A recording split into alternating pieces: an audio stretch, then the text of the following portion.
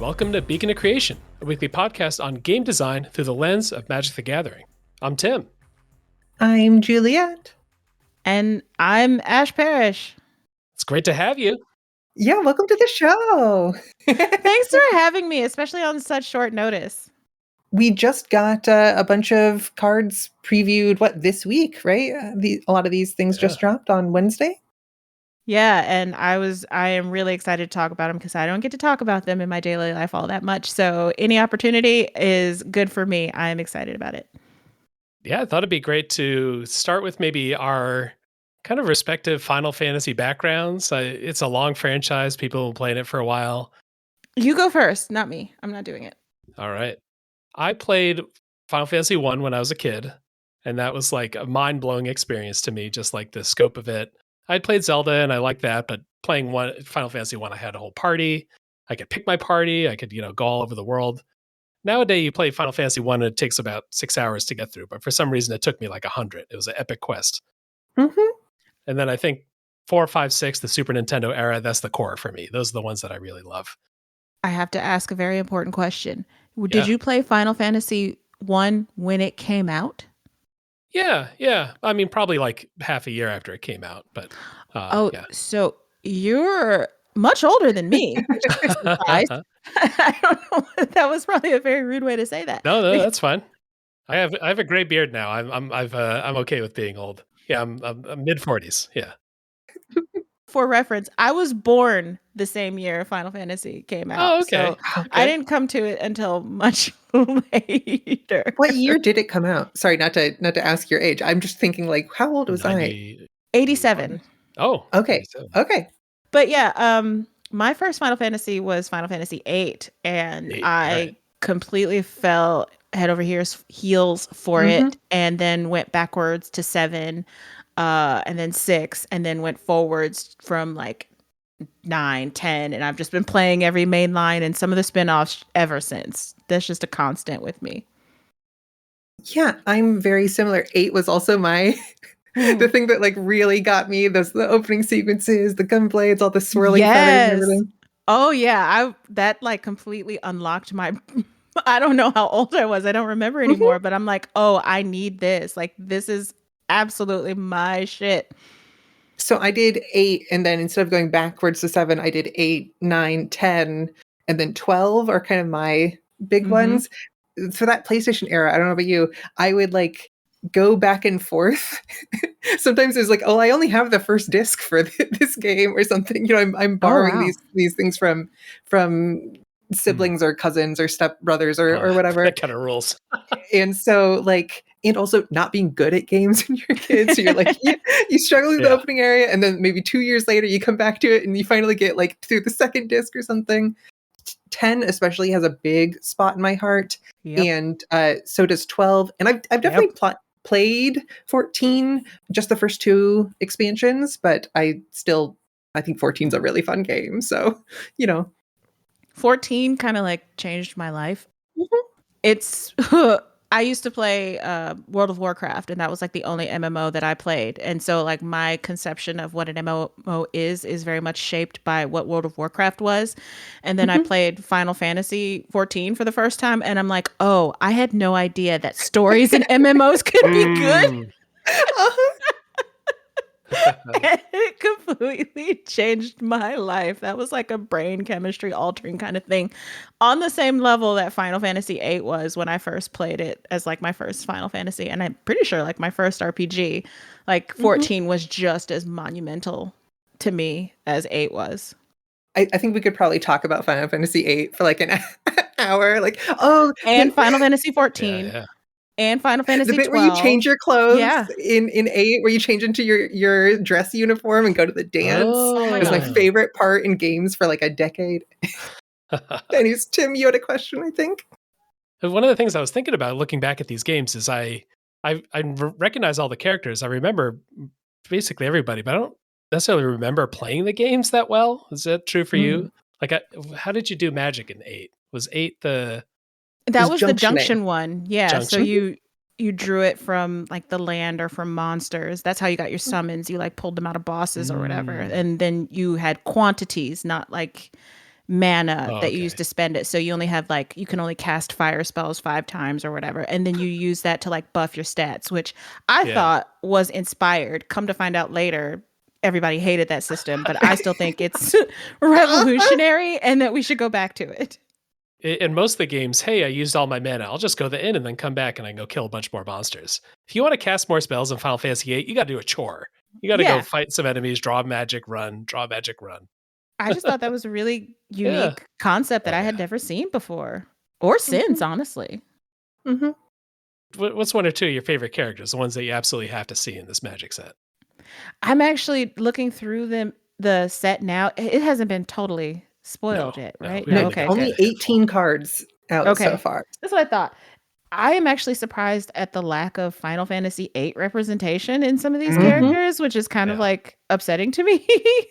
Yeah, it looks like they're doing like 4 commander decks for 4 of the games, which leaves the fans of those the games that are like 5th or 6th place like just out in the cold. Yeah. Like a Final Fantasy VIII. Yeah, I'm sure we'll see Squall in the main set. It would be crazy if we didn't. Yeah, I got to see Squall. I'm really excited, and I hope we get to see like Fran and Balthier from Final Fantasy 12. Yes. Yeah. More than anything, I'm just really interested to see how Wizards does the mechanics for these cards, because I really love the whole thing with like Emmett Selk. The whole thing is like if you have 14 cards in your graveyard, which I thought was really clever, like he transforms. Like that was fun. Is Emmett Selk? I haven't played 14. Is that like one of the main story bad guys, or who is that? There's a lot of contention about whether if he's a bad guy or if he's a good guy. All I know is that most of the girlies are in love with him, myself included. And I just saw like the whole like 14 thing and I'm like, oh my God. Okay, this is so cool. They did their research. I think we might maybe read a couple of the cards so we can get into this and to get the 14 thing here. So Emmett Selk is a 3 mana creature, 1 blue-black. Vigilance, whenever enters or attacks, draw a card, then discard a card. And then at the beginning of your upkeep, if there are 14 or more cards in your graveyard, you may transform Emmett Selk.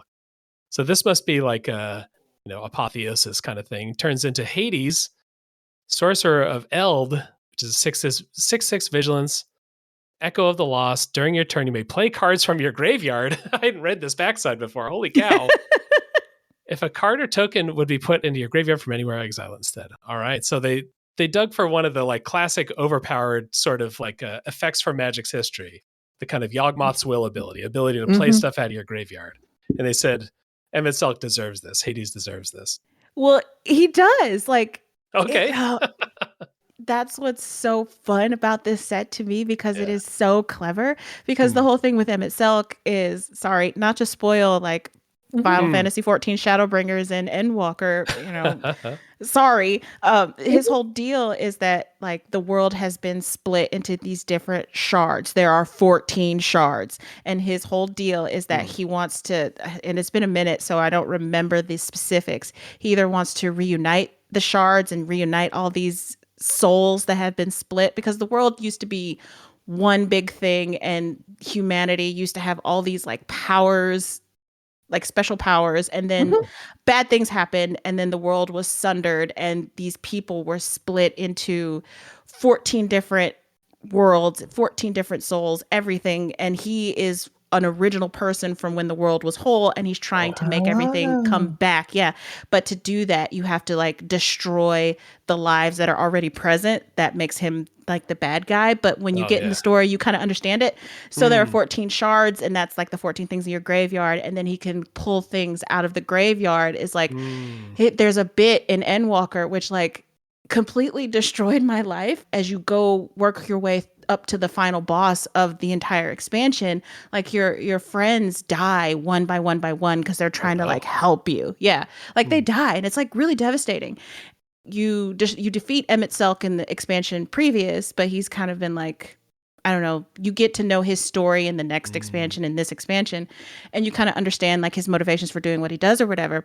And then when you get to the very end confrontation with the final boss, like you get a thing that tells you can bring back people from the dead, and you realize that you're not supposed to bring back your friends who died. You're supposed to bring back Emmett Selk, and it's like, oh my god, it makes no sense out of context. But just like seeing this card and its abilities and what it does is like, oh man, they really did their homework. There's some real fans of this series that are working on this, or they spoke with them or whatever, and that shit is hitting. The other thing I didn't notice about Emmett when I was reading this card is that his legendary creature, Elder Wizard, which is even more. Elder is a word they deploy in Magic for like something that's like 1,000 years old.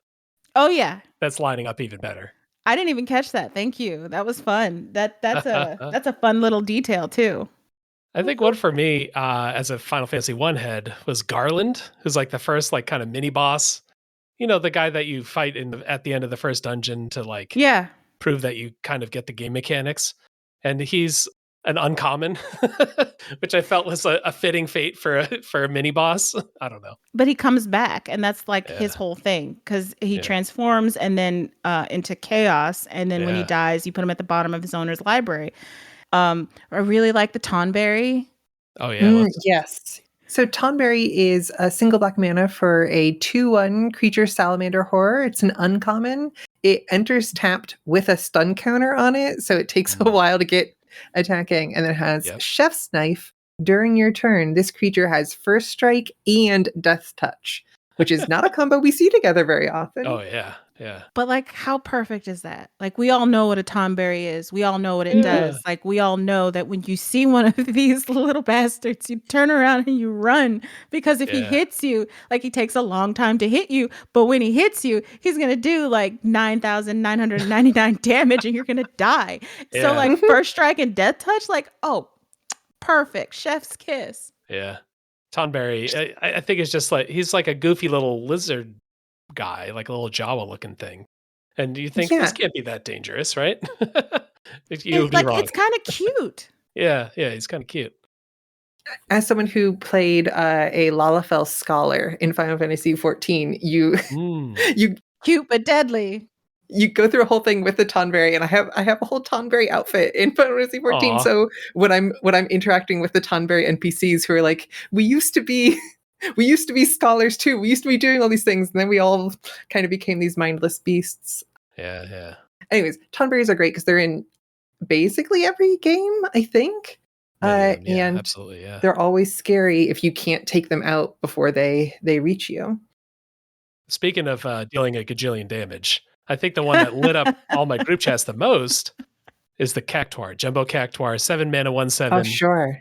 10,000 needles. Whenever this creature attacks, it gets plus 9,999. I freaked out when I saw this card. So a little bit like inside baseball for like my job. Like, I'm video games reporter at The Verge, and I wrote a short blog about, oh hey, these Final Fantasy cards are cool or whatever, and left it at that. And that was before these cards had been spoiled. And then like an hour later, I saw the spoilers and I saw the Jumbo Cactuar, and I like typed in all caps in my work Slack, like, I need to put this card on the website in some fashion, because it is so funny. It is so over the top. It's OP as hell. So I don't know how this doesn't get banned to death. It does cost 7 mana to get it out. There is, I think, the balancing But factor. It's in green, so like, you know, you can ramp that shit up with no problem. And then, you know, you put what's that one card that lets you do punches just for attacking? Like, put it with that and you're done. Like, this is done. It's so expensive. It has just like this humongous number. Has there ever been like more than like 20 on a Magic card? I'm trying to think. Yes. Like, if you think about a great pull from Greek mythology during the original Heroes, which is 100-handed one, where when it becomes monstrous, it can block up to 99 additional creatures. Which is funny. Like that, you could just block any number, but no, it's up to 99 additional. So 101 times that we've gone up to for a Cactuar here. But yeah, people, Swords to Plowshares, your own Jumbo Cactuar, go up to 10,000 life. It's so cute. I love it. if these mechanics didn't line up with the creature exactly in some way, who would care? Right? Like it wouldn't be nearly as fun if they didn't find like little ways of looking at existing magic mechanics, digging through the vault for like a good ability for Emmett Selk's the backside of that card. Mhm. They have to find like specific special things to give these cards to really make them sing. And like stun counters, which still feel like a pretty recent invention in Magic, being a thing that makes Tonberry a very clean card, like a really easy to read and kind of understand card, rather than like this enters tapped, and then the first time it would untap, skip that, and then like having to spell out a long-winded sort of thing. Speaking of cool tech kind of using magic stuff in interesting ways, I would love to talk about the first summon that's been spoiled. I imagine there's going to be at least 5 of these. I think you could easily do 15. There's a lot of cool summons in Magic, but so far we have Shiva. Yes.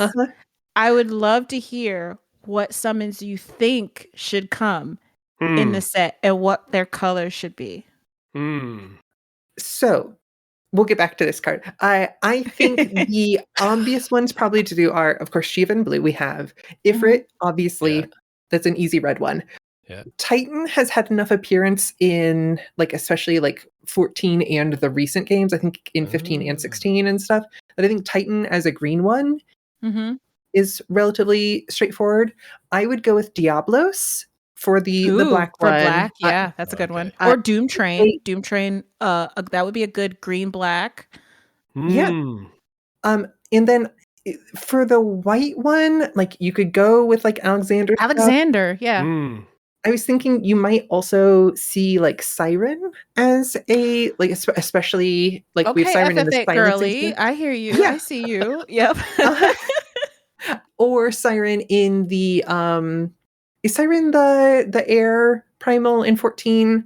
There's the I think so. That's Garuda. I you're always right. get Siren and Garuda confused because they're sometimes called each other's names and stuff. There's also, it seems like plenty to do, like, okay, the monocolor cycle, and then the like, hey, bring Leviathan in and make that like blue green. White. Sure. Blue white. But yeah. Bahamut, we got to get. Oh, Bahamut is definitely. But I wonder if they would do like Bahamut probably is like maybe black white. Yeah, black white. Or colorless or colorless. all Colorless. Yeah. Yeah, get his little Mugen on, or Ugin rather. I guess because he's like supposed to be like the primal summon, right? Like he's the king of the summons. And a little silly that we do have a Bahamut card in Magic already, but it is the Dungeons and Dragons version. Oh, okay. So yeah, that makes sense. It's just like a human-looking guy. He's like, what is it, Master of Flowers or whatever? But his type is like Legendary Planeswalker Bahamut. That's the only reason. Anyways, the Knights of the Round, is that still one people like? Oh yeah. 7 is so popular that I would not be surprised to see 7 have kind of an outsized weight in the set, because even though 7 isn't near and dear to my heart, I will admit, it is extremely popular. The other question, though, is thinking about how much of a presence Ivalice has in the set. So that's the setting of, depending on how you look at it, tactics advanced, 12 parts of 14 and everything. And so there's also the summons from that. So like the Adramalek and Belias and Gigas and like all of those sorts of things. So if you wanted to have like, hey, we've got a double gold cycle, or we've got all these things, you can just slot some of those like weirder ones and like, yeah, this one's red green, sure, this one's white blue green, you can bring in Ultima from Final Fantasy 12, I feel, is another good candidate for all 5 colors. Could we bring in good King Moggle? Well, that was the thing. You were talking about the outsized influence Final Fantasy 7 has. So I was thinking like summon cards would have to be like Knights of the Round and Fat Chocobo. Like that's just like I have no idea what colors Fat Chocobo would be, though. Maybe green and white. Green, white, probably. We should probably read Shiva for the audience, though. Oh, yes. So Summon Shiva is 3 blue and a blue for a 4/5. But wait, it's not just a creature, it's an enchantment creature, Saga Elemental. And so its first 2 chapters are both Heavenly Strike, tap target creature and opponent controls, put a stun counter on it. And then its third ability, which it would leave after, is Diamond Dust. Draw a card for each tapped creature your opponents control. This is, of course, the Final Fantasy X version of Shiva, whose special attack is Heavenly Strike, and then her overdrive is Diamond Dust. And I, as a 10-year-old, and I, as my current age, still enjoy doing the snap with her for her overdrive. It's so fun. She was everything. Seeing her come down in Final Fantasy X with her little shawl and her amazing hair and her attitude.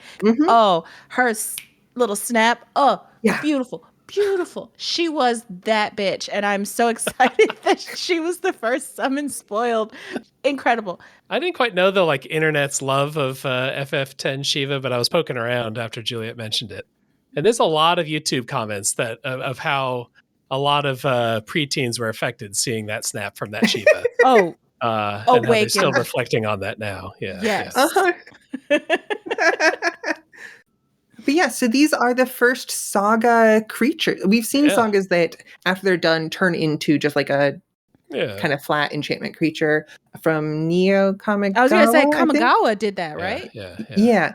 But these are the first creatures who, when the Saga's done, the creature goes away, which really does feel like both the short summons of some of the earlier games, and also even the Final Fantasy X style summon where you're there and then you kind of get one overdrive off and then you've got to skip 3 turns. So you're probably not surviving past that point. And Tim, you're the vanguard of the anti-Saga battalion. Yeah, I guess I have known. Why don't you like them? I think this is a clever card. I have gotten a little tired of Sagas because they're just 3 random chunks of rules text on a card. And when I play against it, let me read that. Let me read that again. Let me read that again. I got to really pay attention to it. This one, it has 2 of the same ability and then it goes away. So, the flavor is 10 out of 10 and the mechanics. Yeah, I'm not going to go too hard on Shiva. Huh. So, of what has been spoiled so far, does anybody have a favorite card? I think I'm looking forward to the decks. I want to crawl through the other legends that are in the Final Fantasy VI deck. That's the thing that I'm most looking forward to. Is there a character that you're looking forward to the most? Give me the 2 brothers from Final Fantasy VI, Edgar and Sabin. Those are 2 of my favorites as a kid. King and the King's lazy brother.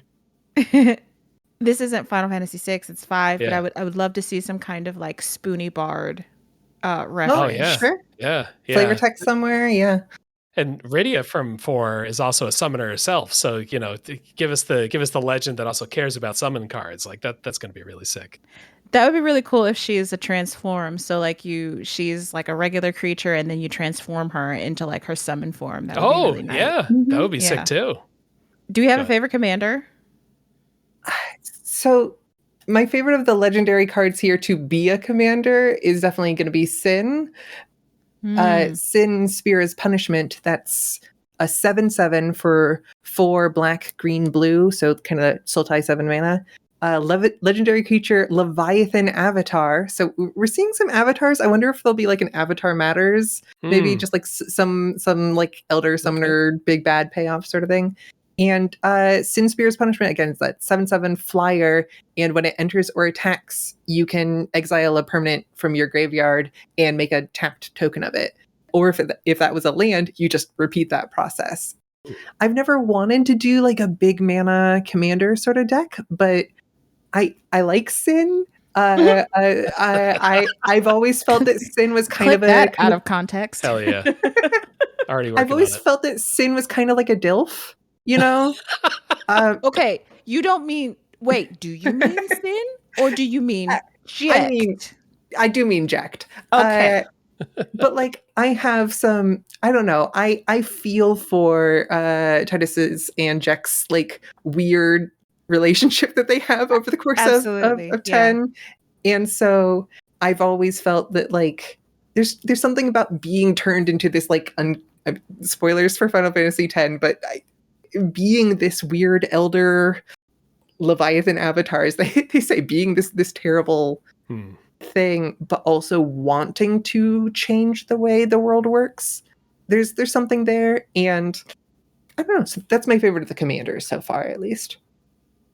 Sin's whole thing is that I'm gonna go get my son because I know he's the one that can kill me. It's kind of messed up, but really beautiful in that, you know, they've had this contentious relationship this entire time.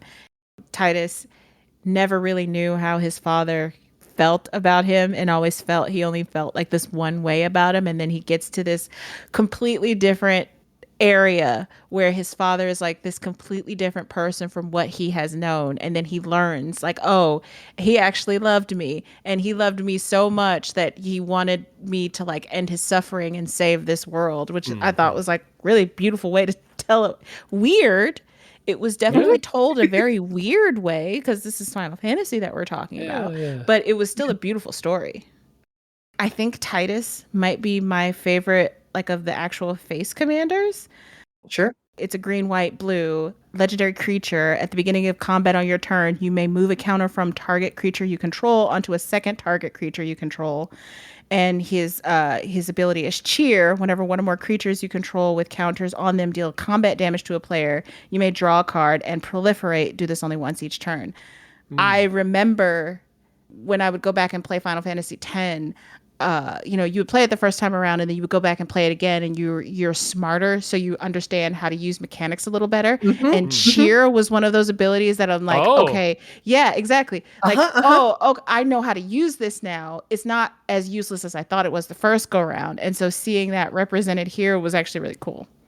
Because it has a shorter, like, since it's like the weird turn-based thing, but Cheer is like a short turn rather than a long turn. So you do it, and it buffs everybody's attack and defense. So against almost any boss, you like, okay, I'm going to haste, stack 5 sets of Cheer, and then like the boss that I thought was impossible as a kid is doable. Not always easy. So Seymour on Mount Gagazet. I have a funny Seymour story. I had a friend online who just could not beat Seymour. So I had them mail me their memory card. I leveled it up and killed Seymour and mailed it back to them. That is so cute. That is so good. I remember Seymour pretty well because of that. Cheer, I don't think I knew that. I guess that shows like how much research they did for this set, that they know here's the mechanic that no one would try to use, but the knowers, they are Cheer fans. The knowers, those who know. Awesome. Well, thank you for helping me appreciate that Titus card a little better. Now I'm more excited. I want to like Terra. I love Terra as a character. This card is not Terra to me. I don't know. Why is that? So, because I was reading the like conversation. I'm not sure if it was Mark Rose. No, it was an IGN interview with the commander, like director for this set. And they were talking about how the commander sets are, instead of being geared around like, you know, supporting a commander, it's supposed to like tell the story of the game. And I think one of the critiques that I heard about Terra specifically is that because the Final Fantasy VI deck is about like restoring or like coming back together after the world of ruin, Terra really isn't the good avatar for that. It would be better if it was Celis. So if you like have a thing about Terra, like I'm interested to hear it. Yeah, because Terra's whole thing, well, more spoilers, but Terra's whole thing is that she finds out that she's like half, basically a summon. She's half Esper. Shoutouts to Esper. But so that Terra doesn't transform. I think we're all fans of Esper here. Anyway, sorry, go on. Huge Esper podcast. The Esper on Esper podcast is a highlight. Yeah, that was really fun. We did earlier this year. But anyhow, Terra's whole thing is that she like finds that out and then can transform in between like basically like anime girl mode and then like energy plasma being person. And to I don't know, that trance is represented by like mill 2 cards and gain flying. I don't know. I'm hoping that we get a Terra card in the main set that will transform, blah blah blah blah blah. But for now, you know, they haven't fully energized me on my fandom. It's been a minute since I played 6, but it's interesting that trance is for Terra and not like on a Zidane card, because that was like the whole limit break thing for Final Fantasy 9 was like trance. So because you gotta like you have to represent every protagonist from every mainline Final Fantasy. So Zidane is gonna show up. So I'm curious if Trance is for Terra, what are they gonna do for him? I have a comment on that because I think you're right that every main protagonist from every Final Fantasy probably will show up. Yeah. Does Vaughn need to? Oh no! I mean, there's so much to like about Final Fantasy 12. And I don't hate Vaughn. Vaughn is not one of them. Yeah, Vaughn is not one of the inspiring things about that game. And so it's one thing we haven't seen anything from this set is I don't believe we've seen a single common card. Oh, interesting. And so to me, I'd be like, okay, well, we want to get these characters that people love or that some people are going to love or whatever, but we also want to fill out the commons and different things. And they can't all just be like, here's another nameless Moogle or whatever. Like, we'll want characters. So can we get like Rabanastre peasant, and it's Vaughn and some of the other like people from there, but it doesn't have like Vaughn, Rabanastre peasant like as a legendary thing. That would be fun. I'm into it. That's my way of like squaring that circle of like, yeah, we do need them, but could we focus on the characters we like? I did see we have Saz, who was, I think, from 13. Yes. Saz is Chocobo. It's a little baby bird. That was another one of those characters that I'm like, that should transform because I know that they're meow meow Choco Chow. Exactly. Okay, I know they said that this was like focused on the mainline Final Fantasies, but if you play like the Final Fantasy 13 cycle, like that Chocobo becomes Chocolina in the other sequel games. I'm like, that card should transform. So I'm hoping that we get Chocolina representation and Saz representation because he's like one of my most favorite like Final Fantasy straight mans like that has ever been created. Because if you think about the game of 13, you've got like Lightning, who's got her own thing. You've got Snow and you've got Hope. And Saz is just like, I just want to get my son and go home. Like he is like the everyman character and he does it so well. It is so good. He's like the only one who seems real in that game. Yes. Very much. I'm like so. Mixed bag on 13-1. I think 13 Lightning Returns is probably the one I've spent the most time with. But I really think he helps anchor 13 because it's so whooshy. if that makes sense, it's so like, oh, the crystal, the enemy, the cocoon. It's so good to have with all like these proper nouns with capitalization and shit, and then you've just got the normal guy, the one normal guy. Right. And he's so good at that. What's the like least famous protagonist that's going to get in there? We're going to get like Bartz from FF5. It'll be Zell, I bet, from Final Fantasy VIII. Okay. Nobody likes him, even though I think he's great. So, what is something that you don't expect to make it into the set, but wish could be? Yeah, I was thinking about this before the pod. I think the one that is not going to happen, but I would love to see is in Final Fantasy VI, the heroes are in trouble. They can't get somewhere. And then Edgar, who's a king, says, oh, guys, don't worry. Watch this. Pulls a lever, his castle digs into the sand and appears somewhere else. I want moving castle. How do we have a moving castle magic card for Final Fantasy? Oh, similar to 8 when the, spoiler alert, the garden turns out to turn into an airship. Yeah, that was fun. I think what would tickle me the most is if this set like paid homage to the kind of like culture around Final Fantasy. So like suplexing the train in Final Fantasy VI. Like that's not something that, happens. It's not something that happens in like a cutscene, but it's something that you can do. And it's something that fans reference all the time. So stuff like that, I think would be really fun. I think there's a chance. Green needs a fight card. Green, if the fight card just happens to depict Sabin suplexing a train, I think it's doable. I think you have a chance of your dream coming true. So my very unlikely inclusion is, I think, my favorite Final Fantasy character, which is Larsa Fairness Solidor from Final Fantasy 12. I love Larsa so much. He's such a precious little boy. I love him. And then when he comes, like, it's guy. like, okay, yeah, you're like in our party and like the stuff with Penelo and everything. And then later, I was gonna say he's got a big crush on Penelo.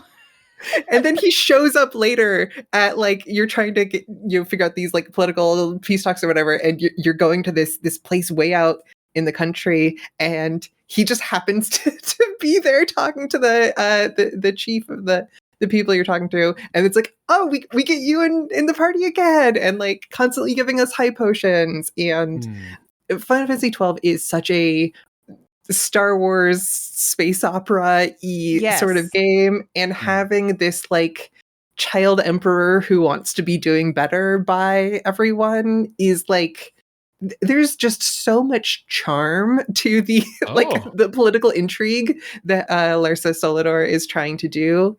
And I would love just a little like, hey, can we get just like a little like white black, I know. Oh, I legend. like you. There's like very, very limited number of people who like really enjoy Final Fantasy 12 in terms of Final Fantasy. So finding a fellow political intrigue Final Fantasy 12 lover is like finding a unicorn. So I'm really glad, about that. But one of the things that I'm really curious about is, so there's a Cid in every Final Fantasy. What Cid are they going to use in this set? And will we get multiple? Yeah, is there going to be like a Cid, like collect as many Cids as you can, and they like work together? Oh, that would be so fun! Like a search your library for another card named Cid. Oh, if they made like Cid, like a kind of like tag, like instead of like soldier, it's a Cid. That would be fun. That would be so fun. Or Moogles, like treat Moogles like squirrels, or whatever. That would be fun. I used to go by Moogle. That was my screen name when I was a kid. That's great. What if there's like an airship or something? It's like Cid's airship. Because like Cid has an airship in almost all of them. And it's just like, hey, this gets like +2/+0 for each Cid you control. And so like all the Cids can like chip in together. There's alternate arts for each of the different Cid airships. What are your top Cids? What are your key Cids? Oh, that's so hard. So 12 has 2 Cids, which is... I don't remember. I'm sorry. Balthier's dad is a Cid. And then there's Alcide, who's from the Rizara. He's like wearing sunglasses in this. He's really cool. Yeah.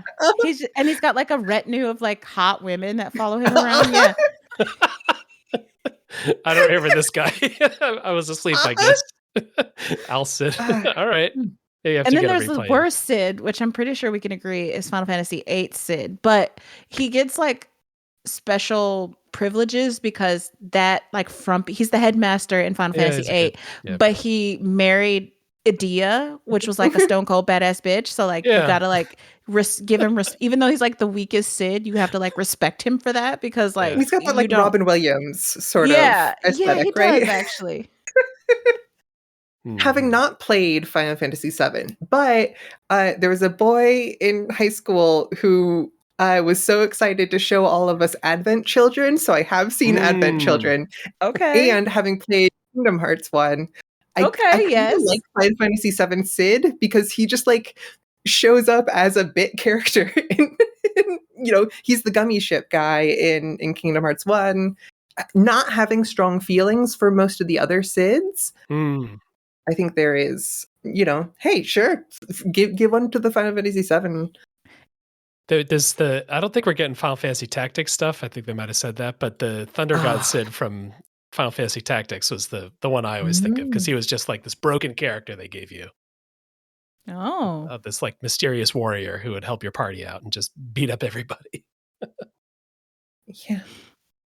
One note I want to say on the Final Fantasy 12 one, just for fun. We're going back. Anybody who wants to play Final Fantasy 12, if you're playing it on like Steam or PC or anything, there's a mod you can do that just replaces like in the overworld or like when you're going around like as your player character, just replaces Vaughn with Fran.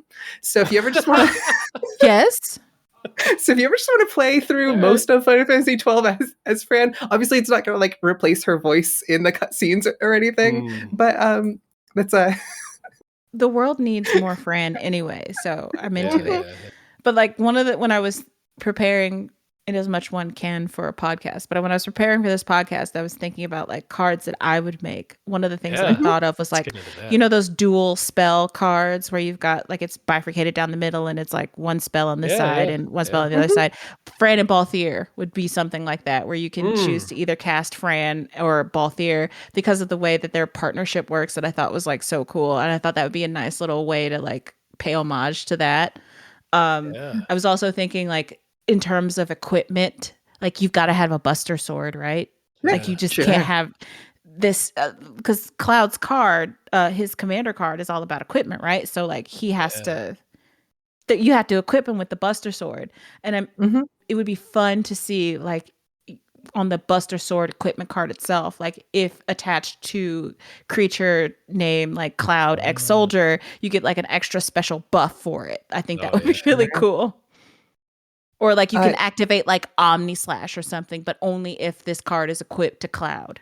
Oh, hell yeah. Or two soldiers, maybe? Because it's like... Oh, okay. Soldier is like a capital like S thing in 7, right? And it's like an acronym. I don't know, but like a lot of Cloud stuff is borrowed from Zach. Is the Buster Sword originally Zach's, maybe? And then that way also the multiple different Clouds could all use the sword. Yes, I'm into it.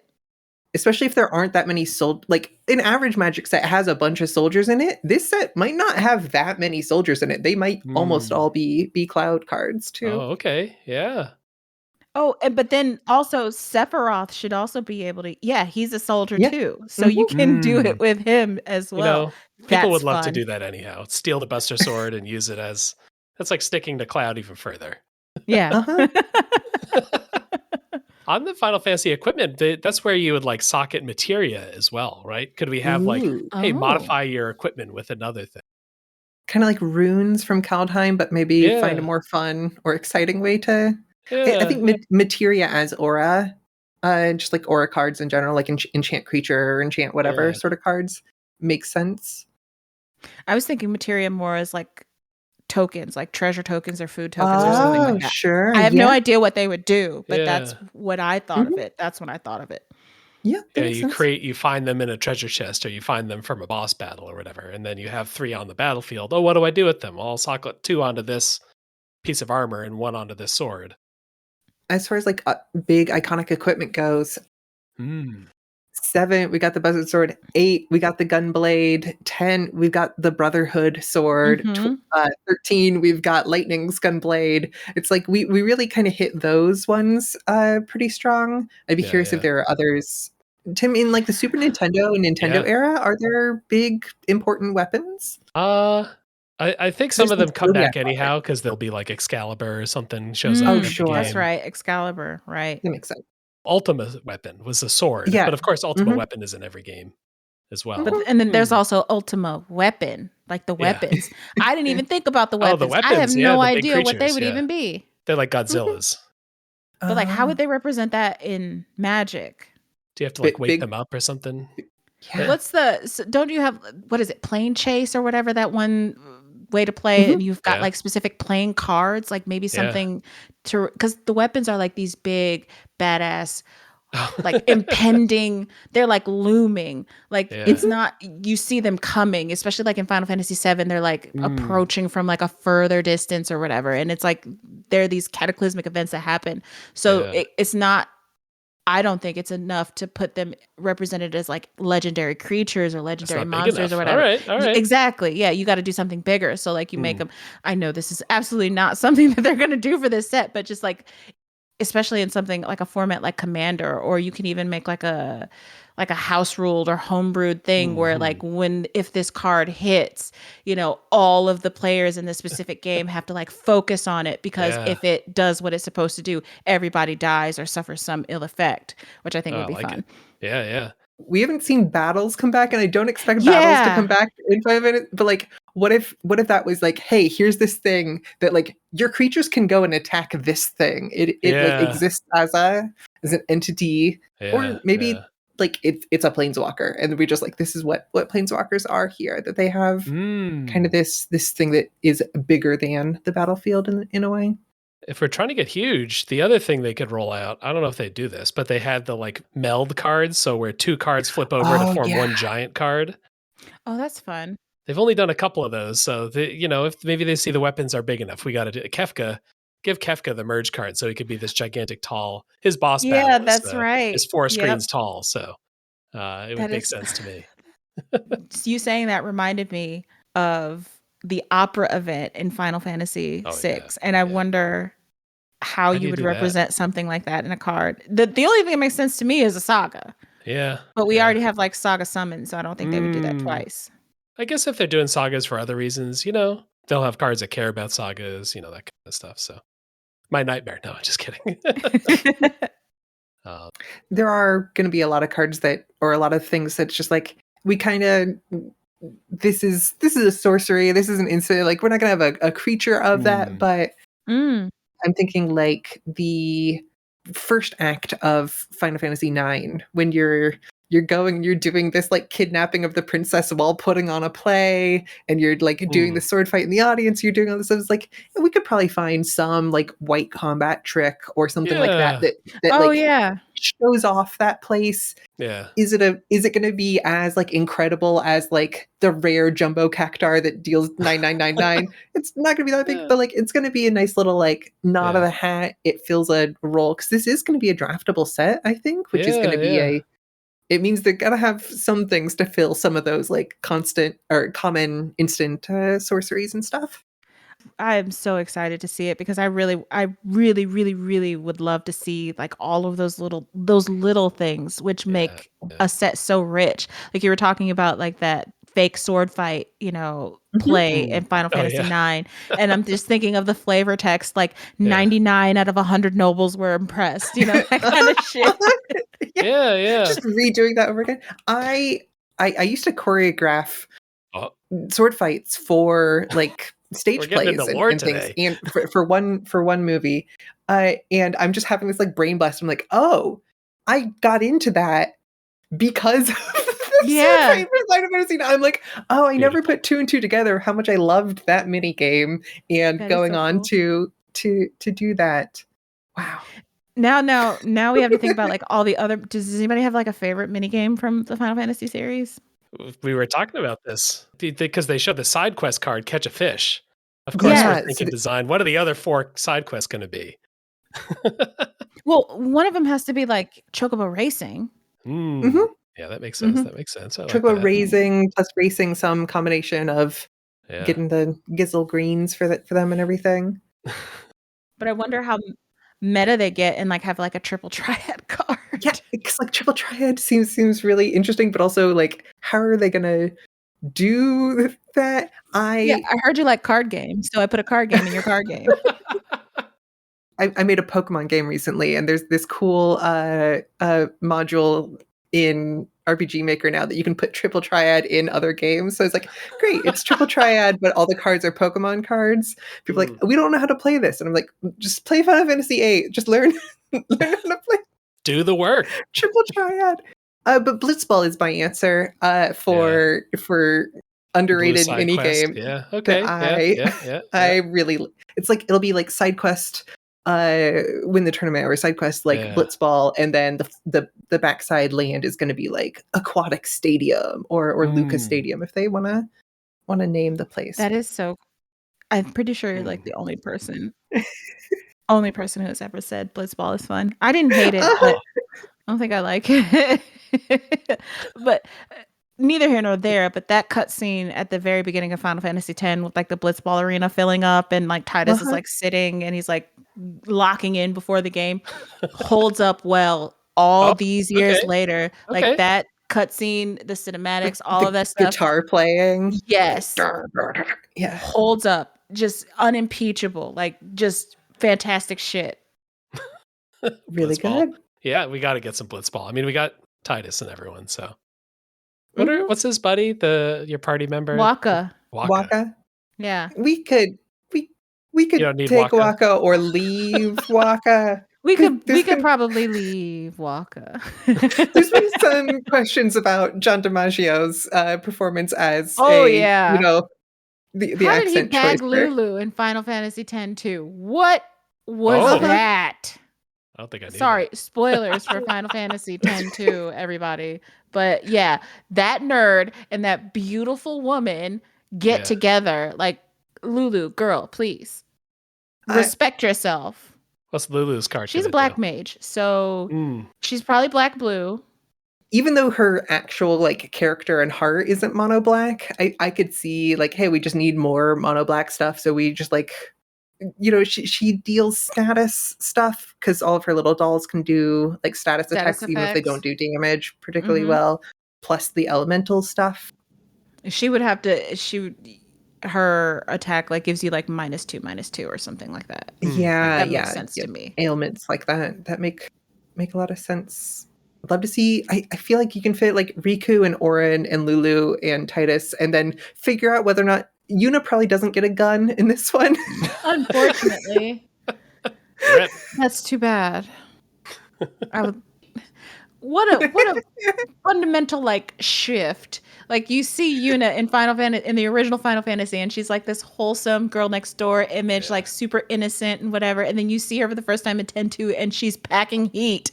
Yeah. What on earth happened between these two games that she had to go get strapped? Sometimes you have like the weight of the entire world on you for like your entire life that you have to like give yourself over to this destiny, and then after it's like, wait a minute, I didn't have to. I mean, life is complicated, the story is complicated, but now I'm like past that destiny. So I get a gun. Get a gun. Let's go spear hunting. Let's have some fun. Did Yuna walk so that Bayonetta could run? Is that possible? You know, I'm into it. I'm into this theory of history. And like it's like Lulu's like aesthetic vibes combined with Yuna with a gun. Yeah. I think you get there. They just looked at Final Fantasy X2 and they said the blueprint. Yeah. All right. I don't know what other things do we have to do? An airship? We got to get an airship or two. We do have to do an airship. Yeah. It should be expensive to crew them. Because you don't get them until they're like super late in the game usually, and they unlock the world. Yeah, so if you have them, like they have like a little thing that they can do without being crewed, but like if you crew them, then you're hitting heavy. We've seen a couple cards that'll say like cannot be cast on turns 1, 2, or 3. Maybe that's what an airship has to say. You have to wait until turn 10 to cast this because you can't be flying around the beginning of the game. You're just going to skip the plot. Exactly. Maybe like for 5 and a white sorcerer or whatever, that's like unlock the airship. It's just like searches up vehicle or whatever. Because like you go through enough of the story, sooner or later you are going to get it. It's probably going to be right before the end of the game or when things open up to grind and do all the mini games and everything. I wonder what boss battles they'll have in there. Like we've got like villains, so you've got like your Sephiroths and your Kefkas, but I'm wondering if there are like any iconic boss battles or boss monsters that could be represented in this set. That first like machine boss in Final Fantasy VII, I'm thinking about it's like a scorpion, is that right? A little laser thing. That one. Or I feel like Seymour Guado is going to be like a Grixis card. Like there's going to be some version of Seymour, some kind of nod to the fact that you fight him a bunch of, spoilers for Final Fantasy X, that Seymour, despite being a party member, is also someone you fight. I hope there's going to be a Yunalesca card. I don't expect there's going to be, but that fight is so... That was a tough fight. Yeah. Like, that was a heavy fight. And the way her form changes, and then you're like, oh, you... yeah. It's a doozy. Tim, it sounded like you had one then. There's like a Final Fantasy IV battle that I think is more goofy maybe than memorable. The Magus sisters, who were like 3. Oh yeah, they're very goofball, but if you look those up, they're in Final Fantasy X. Yes, they are. They're a summon.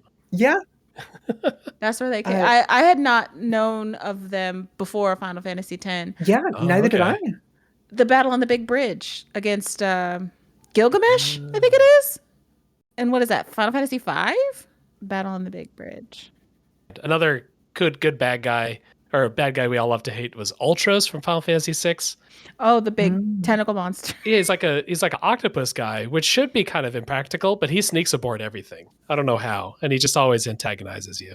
He's just like a total prankster octopus. Do we think that we are going to get a Biggs card and a Wedge card? Oh, Magitech. How did I forget Magitech? I was thinking about that too, because we've got a Sid in every game. We also have a Biggs and Wedge in every game. That would be fun. I understand if they didn't, because that's also like a Star Wars thing. Oh, that's true. Funny. It would be interesting if like the only soldiers in this set are like the various Cloud cards, the Sephiroth cards, the Zack cards, and Biggs and Wedge are also soldiers, so they can also equip the Buster Sword because they're troops and everything. What's the most iconic Biggs and Wedge? I'm still on 6, but are there any other ones that people love? I can only think of the ones in 8. I can't remember anywhere else, honestly. In 10, they mostly exist as people you can recruit for Blitzball, so they're not that much. 14, Biggs and Wedge are like, one of them is a really big guy, and one of them is a Lalafell. They work for Sid 14. Honestly, Sid 14 probably is going to be one of the Sids. I think 8, because Biggs and Wedge show up so early in that game. And often. Yeah, I think that there is getting some of the charm of how kind of goofy and dorky the Galbadian soldiers and in general a lot of your enemies in 8 are. I think you could capture that in Biggs and Wedge there. Kind of stormtroopery. Yeah, exactly. That's where it's from. But that reminded me, in terms of like iconic boss fights, fighting that gigantic metal spider in Final Fantasy VIII. Like, did you run away from it? Or, exactly. Fight it? That would be a really cool card. Yeah. I don't know, artifact creature or something. There's enough Magitech things or Machina or literally just advanced technology or different stuff in the games that I think there will be some fun artifact creatures. And if there isn't a collect all of the Sids, whatever Sids we do get probably are going to be part of that like artifact archetype maybe. I can see that. Yes. I'll get more excited for this the more we talk about it. Because it is so fun. Because they've already shown us that they definitely have done their homework. They did the work. And a lot of this, while overpowered as hell, it looks a lot of it's just really intriguing, like I said, to see how they interpret these characters that we know in such different ways that still pays homage to their identities. And that's what the most fun about all of these kinds of sets is to me, because I loved that for the Lord of the Rings set too, like looking at Tom Bombadil or looking at like Arwen and Aragorn and all that stuff, and just seeing how they made those character flaws or quirks or whatever into mechanics. I love that more than anything. Like, even if it's Magic the Gathering or just like video games in general, like when the story reinforces the gameplay or the gameplay reinforces the story in those kinds of ways. So fun, especially if it's so cleverly done. And it looks like they are cleverly doing this. So I think we've seen it's the Dragon of Mount Gulg card, right? That has and I guess just the Yuffie card as well. Do what I still think of as like the Godzilla thing, where it's an existing card but with like a new kind of pseudo name. It's still the old card. It just has that extra name. So Yuffie is not Kintaro. Yuffie is Yuriko. Yeah. So it's still the existing card. You can't play like 4 Yuffies and 4 Yurikos or anything. But it has this kind of new name because they did this for, is it Ikoria for like the Godzilla Yes, they card? did. You're right. For the Godzilla. Yep. I remember that. So I think like Sprite Dragon is like the baby Godzilla and stuff like that. I think if they wanted to take from Bloomborough the like Otterball card, like it's a Otterball Elite. If they were like, okay, this is our Blitzball player, or this is like, listen, we didn't want to design a Waka card. Here's your like Waka Blitzball Elite or whatever. Like, oh, that's a good question. What like famous commanders from Magic can we make just fit into there? Yeah, that's fun. I like Atraxa. that. Who would Atraxa be in Final Fantasy? Uh, Kalia. Oh, Atraxa. Her type is Angel Horror. Can that be Genova? Oh, Ooh. because she does come from like space. Yeah. Uh-huh. That's fun. I like I like that a lot, actually. What are the famous dragons from Final Fantasy? Because there are a bunch of dragon commanders they could Well, there's re. Bahamut, Oh yeah, yeah, they could do that for that. Yeah. Mhm. Leviathan, technically. Are there like non-summoned dragons in Final Fantasy? I can't really think of any. So in 8, there are ruby dragons, and then there are hexa dragons, which I Yes. know because I've been reading a Final Fantasy 8 fanfic lately. Hell yeah. What's the pairing? Share. So it's not pairing. It's Oh. it's a crossover thing. So it's a character who's at the end of the web serial that she's from. She's like, she wakes up at like 3 years Oh. before 8 begins at Bellum Garden. Is like, why is everything Nice. so weird? But it's like, it's going through she's learning all the terminology, and I'm like, I love Ballum Garden. I would love just like a Oh. fun, going to class and learning to be a mercenary. This definitely isn't like problematic at Learn to all. be a child soldier. Uh-huh. Oh, this is how you And junction. you get part of your brain ripped out. Yeah. Uh-huh. Yeah. But there's like the Ruby Dragon in the movie shoot in Yes. in Oh. 8. Like, But I think there's a Ruby Dragon in like Final Fantasy 7 too, I think. oh, sure. Like Ruby Dragon is a monster that comes up quite a bit. I don't know of any big legendary ones. I'm trying to remember because like Freya in like Freya Crescent and like Dragoons in general have stuff against dragons. Yes, Dragon Slayer. I don't know of a name dragon. Like Adramelech has dragon-y stuff. Like, yeah, Adramelech is definitely, now that I'm looking at, looks like a weird Esper dragon. Esper in the sense as of the summon, yes. Yeah, not white blue. I'd be curious about like the various different princes or kings or whatever. Kenrith, I think, is a pretty popular commander. The mono white one that has like all 5 colors. Are there any good outside of like Bahamut? Are there any good this should be a 5-color commander? Is that the dad from 15? The dad from I forget his name now, so maybe it's not a good poll. No, probably not. The main character's dad. Yeah, I can't remember his name. 5 colors to me signifies like you command all of the magic. Like that is all of the magic. So that should be like something big. And the only thing that makes sense to me in Final Fantasy is either Ultima, as in the summon from Final Fantasy 12, or Bahamut. Like that's the only thing that makes sense to be like all 5 colors. What about all right. Louis Soir? Louis Soir. From 14, like the old guy who all the characters who like Grandpa who ended the first 14, I think, and made the new 14 canonically. If I understand how A Realm Reborn worked properly, maybe when they like rebooted the game, but in lore, Kenrith as Louis Soir. I could see that. That makes sense to me. I like that idea a lot, actually. I didn't even think that we would get anything like that from Final Fantasy 14 because that game is so big and there's so many expansions, and kind of when you pick one, like, pick something, you kind of give it like a preeminence, and you kind of don't really want to do that with something like an MMO with all these different kinds of expansions that people like different things about it. So like I understand like you've got the one card that we see from it is just like Ishtola, because she's like a core character, like she's around from all of the things. So I think the only things we would get from 14 would just be the Scions. So like you would have maybe what's that twin card with the 2 twins from like Rowan can Oh yeah. So that's Alpha No. We can have like Alpha No. Yeah. Right. And Alize, like there's that, like right there. Okay. I'm glad we went down this rabbit hole because that's perfect for him. We get the blue themed boy and the red themed girl. Like that. That works. Oh, okay. Well. Yeah, that's perfect for the twins. Yeah.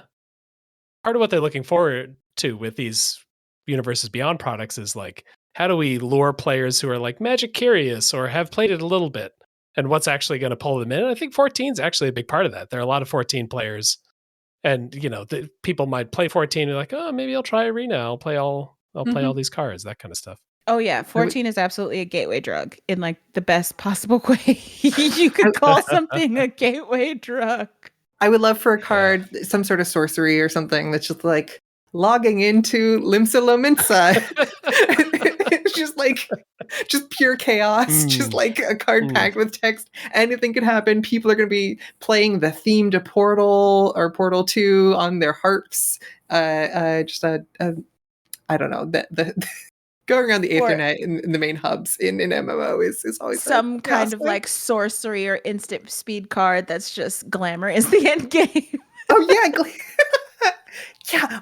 I mean, a big question is that I would have is like glamoring dress spheres, maybe in those, but like job crystals, some combination of like, if we aren't getting tactic stuff, I think tactics and tactics advance and stuff are a big part of like having jobs and changing jobs. Is it 5 that also has that as a pretty big? Yep, it's 5. Weren't there classes in the D&D set? Mm-hmm. Something like that, like Dragoon and. But those, but the interesting things, the interesting thing about that is like they probably already have representation within like Magic proper, because this is all like coming from the Rosetta Stone of like J.R.R. Tolkien and stuff like that, like Ranger, Warrior, Fighter, blah blah blah, D&D, that kind of stuff, so like Dragoon is already represented, so it would be interesting to see if they like Final Fantasy ties those job classes, so like White Mage and Dragoon and Black Mage. White Mage, Black Mage are so iconic. Blue Mage, learning stuff from enemies. I mean, you could make Blue Mage a blue card by doing like copies stuff, but like Blue Mage is a green thing in Magic Ease. Similar like Black Mage, it would be red, probably. Yeah, that is interesting. Right, you're right. Yeah, Black Mage who throws fireballs in Final Fantasy is a red card. And then red mages, you could make like red, white, black, but like the best single color to do what red mages do, which is like both deal damage and heal themselves. That's mono red, black. White. Yeah. Oh, yeah. That's right. Red white would work better for the aesthetic, but similar to like white hat. Gandalf the White wasn't a mono white card, right? I can double check. One of the Gandalfs is blue. Yeah. And like Saruman and different stuff. So they at least have like tipped the hat to that previously, and I don't think people were like burning the set down and refusing to buy the Lord of the Rings set because of that. So it's like maybe there are 6 Gandalfs. Holy cow. Sorry. Lord of the Rings, it turns out, has a tiny amount of characters compared to all of Final Fantasy put together. Which is such a weird thing to say, considering how prolific Lord of the Rings is as a property. Like the Hobbit and the Silmarillion and all that stuff. Like, okay, yeah, we're working with thousands of years of in-world history here. I got the numbers for us. Okay. Gandalf the White is a white creature, is a mono white creature, so they're good there. But Gandalf the Gray is blue red. Okay. So, not gray. No, we've got a blue green one and a mono blue one and a blue red. I don't know. It just goes on from there. Is there anybody here, any of these characters whose colors don't make sense to you? The ones that are previewed? Yeah, from the Final Fantasy set. Yeah. For Titus, like he's around water a lot, so I get why there's blue in his color identity. I would make it red. Green, white, blue. Like, yeah, I could see him as a green, white character. I could see him as a green, red character. I think Naya, like green, white, red, is a pretty good fit. He's so like, I see a thing. we're gonna fight it. He's very like impulsive. No thoughts, head empty kind of single brain cell kind of dude. Same with Vaughn. Yeah. I was playing through some of 10 for my girlfriend earlier this week, and we got to where the Chocobo Eater gets introduced in Miheth High Road, and people were like, "Oh, be wary! There's this dangerous fiend eating chocobos." And Titus is like, "Well, it's a big fiend, huh? Let's go beat it!" And everyone's like, "It's that simple, huh?" And she's like, "Yeah." They're like, "You're just like checked." Oh. Jack used to say the same thing. It meant trouble for Braska and I every time.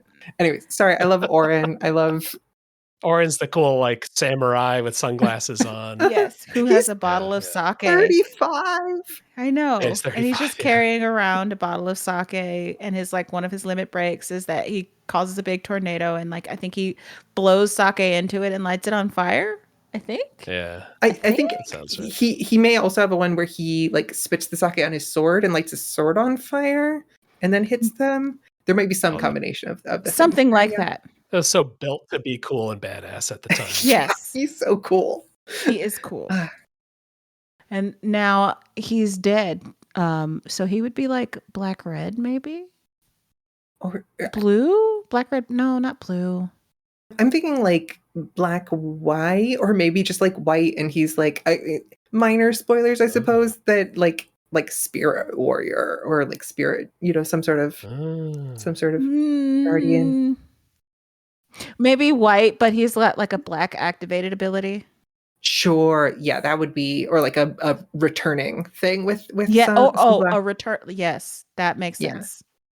I would love to see. They're probably not going to do it, but I think it'd be really curious if all of Yuna's guardians got cards, and each of them are like Tidus, Yuna's guardian, Orin, Yuna's guardian, Lulu, Yuna's guardian, Riku, Yuna's, like they don't have another descriptor, like a different description. Awesome. That would be cute, if not a great thing to do from a gameplay perspective. But yeah, that's fun. Mm-hmm. She has like a whole squad that everyone's trying to protect her through Final Fantasy X. That's kind of the concept. One thing that makes 10 so great is everybody has a relationship with Yuna, and therefore their relationships with each other are like in some ways about each other's relationships with Yuna, and that like kind of brings the cast together. Yes, very much. But which is funny because my favorite character in that whole like menagerie is actually Kamari, the character who says the least amount of things.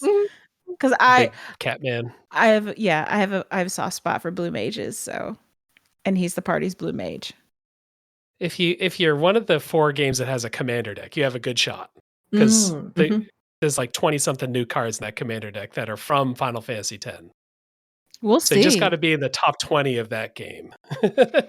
Especially if you match the color identity of the and Kamari could easily be put in green, blue, or blue green, or blue, white, green. Could be an alternate. Could be anything in the Tidus deck. So that would make sense. So you still have a chance. There's a chance. There's definitely a chance. But we have to have like some kind of card that represents Tidus and Yuna in the Macalania Forest, because that was another one of those brain chemistry altering moments in video game history for me. That's what sex is. Oh. I wonder to do that, when you're 16 years old or however old, when Final Fantasy X comes out, like, oh, I get it now. Okay. Could we get a card for like the big iconic like musical numbers during the time period where that was a thing? So like we get a Suzuki Dane card, we get like an Eyes on Me card, the romance songs, Melodies of Life, I think from Final Fantasy IX. Yes. I would like a one-winged. Oh, that's like another one of those meta cards, like, one-winged angel, like, not necessarily in the game. I don't think there's anything in the game that says one-winged angel, but when you think about Final Fantasy VII, like, are you going to give Nobuo Uematsu a card because he richly deserves one? Are these like sorceries or enchantments that we just put? It's like, this is the theme song that's playing currently. I know what you do. You team up with Hallmark and you get some of that greeting card technology. When you open the pack, it goes dun dun dun dun dun dun dun dun dun dun dun dun dun. Yeah, that's because that's something that you want to hear when you open your birthday card. We take those leftover chips, we put One Wing Angel, we put in the booster pack. You open the booster pack on draft day. have it be like the silver bordered or like acorn cards where like you have to like say something as you attack, or you have to sacrifice a kid. But it's like, hey, this is a Sephiroth. If you're like singing the Sephiroth song when Sephiroth attacks, gets like +7/+0 because of his big sword. You just gotta Sephiroth. When do we get more? Because I can't wait to see more of these. So the set is releasing in June 13th. June. So I imagine they'll We got a be little while. trickling it out because we do, I believe, have a whole set Yeah. for Tarky or Dragonstorm coming out in April. So I'm sure they will be stringing us along until the whole set gets spoiled. I can't wait. I have not been this excited for a set since All Will Be One. And I lost my mind for All Will Be One. I love Phyrexia. I have no idea why that particular set world, all of that stuff like vibes with me. So cool. I lost my mind for that. And if this product is like on the same level as that, like I'm done. I'm gone. Like you're just not going to see me anymore because I'm going to be all into this. Awesome. You know, it is really exciting to see these cards. And even if there are cards that we really wish were in that don't make it into the set, that is kind of a fun thing that the existence of these cards break into the space or give us some templates for, okay, this is how I would have my favorite summon who didn't get to show up. Okay, I'm going to do an enchantment creature saga, who's doing these things. You were talking about Lord of the Rings earlier. The first Magic the Gathering card, like that I designed myself, was a Tom Bombadil card. And so much as we talk about the Universes Beyond sets as ways to get people into like Arena and stuff, people making their favorite Final Fantasy character in a Magic card or their favorite Pokemon thing as a card, or these days I'm sure their favorite like Critical Role character or whatever as a card is a great little first step to get people into sort of design. And so any things that don't make it into the set, I'm really looking forward to seeing people's like, and here's my Kamari card. He got robbed. He should be, anything like that. Hell yeah. Yeah, because then you have the mechanics they introduced for the set. I remember when the Warhammer decks came out, Warhammer players were, obviously they didn't hit every Warhammer unit on the planet. So you saw like a ton of custom cards for Warhammer of different factions that people made. Yeah, like provides a framework to then make even more fun cards yourself. So I'm completely new to this. Where would one go to like see people share their own custom cards that they've made? Yeah. There's a custom Magic Reddit that is like pretty popular and just people designing individual cards, and a lot of it's on Discord. A lot of it are Discord servers, people getting together. Yeah. There's like a whole custom standard where people have made, different people have made different sets and then they combine them together and play them like they were Magic Standard.